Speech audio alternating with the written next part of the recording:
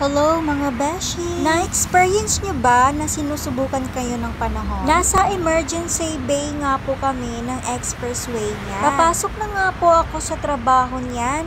Kaso, nasiraan yung jeep na nasakyan ko. Hindi nga nagsasalita yung driver, hindi rin siya nag-declare na sira yung sasakyan. Kinakabahan na nga po ako at baka ako ay malate na. Habang inaayos nga ng driver yung makina ng jeep niya, naisip ko na pumara ng ibang jeep doon. Kaso, natatakot ako at dahil sobrang bilis ng takbo ng mga sasakyan. Mabuti na lang at naayos ni manong driver yung sasakyan niya. Kaso, nagtaka ako at bakit biglang lumiko yung jeep. Yun pala ay lumiko sa may gasoline station. So, nagpapagas nga po yung si manong driver. Alam niyo ba kung anong nafe-feel ko dyan mga beshi? Gusto ko na lang lumipad. So, ayun na nga. Pagkatapos, ay huminto na naman sa umay-unahan. Nag-aantay na naman ng mga pasahero. Ganito po talaga ang buhay ng mga commuter. Kaya kailangan talaga mahaba ang ating mga pasensya mga beshi. Hanggang dito na muna. Paalam!